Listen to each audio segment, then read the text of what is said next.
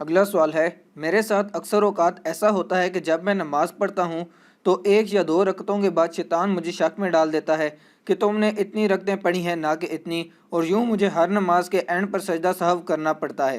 Please مجھے اس آزمائش سے نکلنے کا طریقہ بتا دیں، شکریہ۔ طریقہ بھی آپ کو بتاتے ہیں، اور پہلی بات یہ یاد رکھیے گا، اگر کسی کو نماز میں کوئی وہم ہوا ہے نا تو سجدہ صاف کرنے سے اس کی نماز نہیں ہو جائے گی، کیونکہ بخاری مسلم میں الفاظ ہیں، نبی علیہ السلام نے فرمایا کہ شیطان جو ہے نا، وہ جب تم نماز پڑھتے ہو تو آ کے تمہیں وسوسے دلاتا ہے، حتیٰ کہ تمہیں یہ بھول جاتا ہے کہ تم نے کتنی رکعتیں پڑھی اور کتنی نہیں۔ تو اس میں آگے الفاظ ہیں، نبی علیہ السلام نے فرمایا کہ تم یقین پر بنیاد رکھو اور اینڈ پہ 2 سجدے کر لو۔ تو یقین پہ کیسے بنیاد ہوگی؟ اگر مجھے یہ شک پڑ جائے کہ میں نے 3 پڑھی ہیں یا 4، تو یقین کس کا ہے؟ 3 کا۔ 3 یا 4 میں جب شک پڑا تو یہ تو نہیں کہ میں نے 2 پڑھی ہوگی، 3 کا ہو گیا نا۔ تو آپ یہ سمجھیں میں نے 3 پڑھی ہیں۔ بخاری مسلم کے الفاظ ہیں، اگر تم نے نماز جتنی شیطان نے تمہیں یعنی جو وسوسہ دلایا ہے وہ وسوسہ ہی تھا، تو یہ تمہارے جو اینڈ پہ تم ایسا کرو کہ اینڈ پہ 2 سجدے کر لو سہو کے، وہ تمہاری پوری نماز کو جفت کر دیں گے۔ اگر تم نے 4 کی بجائے 5 پڑھ لیجیے، اور اگر آپ نے 4 پڑھے تھے تو یہ 2 سجدے شیطان کو ذلیل کر دیں گے۔ اس کے لیے سجدہ سہو کے 5 طریقے احادیث کے اندر آئے ہیں۔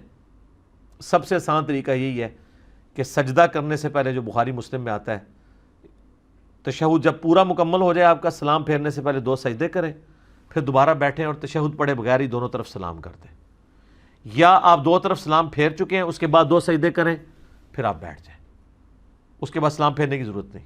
اور تیسرے طریقے میں دونوں طرف سلام بھی ہے، تشہد والا بھی ہے، میرے علیحدہ سے کلپ ہے، مسئلہ 92 ریکارڈڈ ہے۔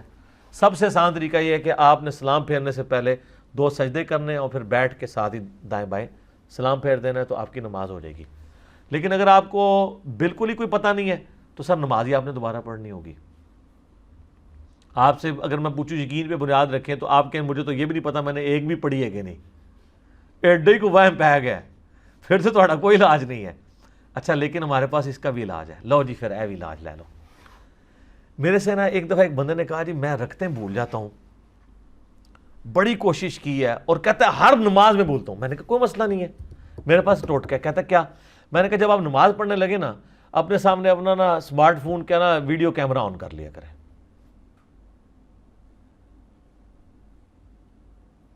جب آپ کیمرہ آن کریں گے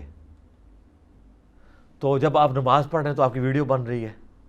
تو میں نے کہا جب آپ کو جیسے ہی جس نماز میں شک پڑے نا، آپ نے نماز کو تو ادھر ہی چھوڑنا ہے، کیمرہ لا کے چیک کرنا ہے، تو آپ کو 2-3 بار پتہ چلے گا کہ تو آپ کو خالی وسوسہ دلاتا ہے، وہ کیمرہ تو بتا رہا ہے کہ آپ نے نماز صحیح پڑھی ہے۔ وہ جناب نے کیمرہ لایا، انہوں نے نماز بھول گئی۔ جب کیمرہ چل رہا تھا نا تو اب اس کو کانفیڈنس تھا کہ میں صحیح پڑھ رہا ہوں، تو شیطان ہی ناس گیا کیمرے دی وجہ سے۔ یہ میں آپ کو بالکل صحیح طریقہ بتا رہا ہوں، جینون۔ جس کو شک پڑتا ہے نا، وہ سامنے کیمرہ لگا کے نا نماز پڑھے، بعد میں وہ کاؤنٹر چیک کر سکتا ہے نا۔ اس دوران وہ 3 یا 4 میں شک پڑا تو وہ کہ میں نے 3 پڑھی ہیں، 4 پوری کر کے، یا وہ 5 بھی ہوگی، سجدہ صاف کر لے گا، نماز ہو جائے گی۔ لیکن بعد میں جب کیمرہ دیکھے گا نا، اور نمبر آف ٹائم جب آپ یہ پرفارم کریں گے، تو آپ کو چلے گا شیطان سے آپ کو وسوسے دلاتا ہے، آپ نماز بالکل ٹھیک پڑھ رہے ہوتے ہیں۔ ایک یہ کیمرے والا طریقہ ہے جدید، ایک مدنی طریقہ۔ ایک اور طریقہ ہے کہ آپ صورتیں فکس کر لیں ہر رکعت کی۔ آپ ہمیشہ 4 رکعتوں میں پہلی رکعت میں قل یا ایھا الکافرون پڑھیں، دوسری میں قل ھو اللہ احد پڑھیں، تیسری میں قل اعوذ برب الفلق پڑھیں، اور چوتھی میں قل اعوذ برب الناس۔ میری یہ روٹین ہے، یہ اللہ کی محبوب ترین صورتیں ہیں، خصوصاً آخری 3 صورتیں تو المعوذات ہیں، اور جو سورہ الکافرون ہے وہ تو شرک سے برات کا اعلان ہے، اس کے تو لادہ فضائل ہیں۔ سر آپ کبھی بھی نہیں بھولیں گے۔ آپ مجھے بتائیں جس نے قل یا ایھا الکافرون پڑھی ہوئی ہے، کوئی ایڈی سیدھی صورت ہے؟ عام بندے تو یاد ہی نہیں ہوتی ہے، مکس ہو جاتی ہے، قل یا ایھا الکافرون لا اعبد ما تعبدون ولا انتم۔ جس نے یہ پہلی رکعت میں پڑھی ہوئی ہے نا، اگر دوسری رکعت میں وہ جا کے سوچتا ہے نا کہ میں نے پتہ نہیں پہلی پڑھی ہے کہ نہیں، جناب وہ 14 طبق روشن ہو گے کہ بھائی قل یا ایھا الکافرون پڑھی ہے، آلے تک دماغ گونجتی پی ہے، کیونکہ صورت ہی ایسی ہے۔ اچھا دوسری میں آپ پڑھیں سورہ اخلاص۔ سورہ اخلاص تو اتنی آسان ہے، جب آپ نے پڑھی ہوگی نا قل ھو اللہ احد، اس سے تو ہمارا شغف ہی ایسا ہے۔ تیسری رکعت میں جا کے نا آپ کہ دماغ میں بھی ہوگا یار سورہ اخلاص میں نے پڑھی ہے، ٹھیک ہے. پھر تیسری میں جائیں گے تو قل اعوذ برب الفلق، یہ بھی ایک یونیک صورت ہے. تو اس طریقے سے بھی آپ کو نا یہ مسئلہ حل ہو جائے گا. اچھا بعض لوگ سجدے بھول جاتے ہیں، پتہ نہیں ایک کیتا ہے کہ دو کیتے ہیں. آسان سا حل ہے کہ آپ یقین پہ بنیاد رکھیں. اگر آپ کو نا ایک یا دو آپ کے میں نے ایک ہی کیے ہیں، ایک اور کرتے ہیں تو تیسرا ہی ہوگا نا، اینڈ پہ سجدہ صاحب کر لیں. سجدہ صاحب بہرحال ہر کیس میں کرنا ہوگا کیونکہ وہ شیطان کو ذلیل کرنے کے لیے نا. بعض لوگ کہتے ہیں جی وہ ہر نماز میں ایسا ہوتا ہے. یہ جناب ان کے ساتھ ہوتا ہے جو دو سجدوں کے درمیان والی تسبیحات نہیں پڑھتے. اگر آپ دو سجدوں کے درمیان جلسے کی جو تسبیحات ہیں، رب اغفر لی رب اغفر لی، یا اللہم اغفر لی وارحمنی واہدنی وعافنی وارزقنی، یہ پڑھتے ہیں نا، تو جب آپ دوسرے سجدے میں جاتے ہیں نا تو آپ کو اتنی شارٹ میموری نہیں کسی کی ہوتی کہ وہ رب اغفر لی پڑھ کے دوسرے سجدے میں گیا اور وہ یہ بھول گیا کہ میں ابھی رب اغفر لی پڑھ کے ہوں. آپ کے کان گونج رہے ہوتے ہیں رب اغفر لی کے، تو وہ آپ کی حفاظت ہوتی ہے کہ یار میں نے اس کا مطلب پہلا سجدہ کیا ہے تبھی تو میں نے رب اغفر لی پڑھا ہے نا. یہ جلسے کی تسبیحات کی ایسی برکت ہے. میں نے کئی لوگوں کو بتایا جو تسبیحات نہیں پڑھتے تھے، جب انہوں نے تسبیحات شروع کی ہیں تو وہ ان کو سجدوں کا عوام آنا بند ہو گیا. ٹھیک ہے. باقی اگر کوئی کسی کو بھول گیا ہے، تشہد درمیان والا رہ گیا ہے، کوئی مسئلہ نہیں، اینڈ پہ سجدہ صاحب کریں. اس کے لیے تو تشہد بھی دوبارہ پڑھنے کی ضرورت نہیں، وہ بھی حدیث بخاری مسلم میں موجود ہے. نبی علیہ السلام بھی بھول گئے تھے، آپ نے ایک دفعہ 5 رکعتیں پڑھا دی تھی زور کی، ایک دفعہ 3 پڑھا دی تھی. تو آپ علیہ السلام نے کہا میں بھی بھول جاتا ہوں جس طرح اور انسان بھولتے ہیں، جب میں بھول جاؤں تو تم مجھے یاد کروا دیا کرو. اور بخاری مسلم میں کہ امام کو لقمہ دو، مرد سبحان اللہ کہیں اور عورتیں تصفیق کریں، یہ ہاتھ پہ ہاتھ مار کے. عورت کی آواز کا بھی پردہ ہے. عورت سبحان اللہ کہہ کے نہیں کہے گی، غلطی پہ آگاہ کرے گی. عورت کے پردے کا آپ ذرا لیول دیکھیں. اور سبحان اللہ کہنا ہے، اللہ اکبر نہیں کہنا.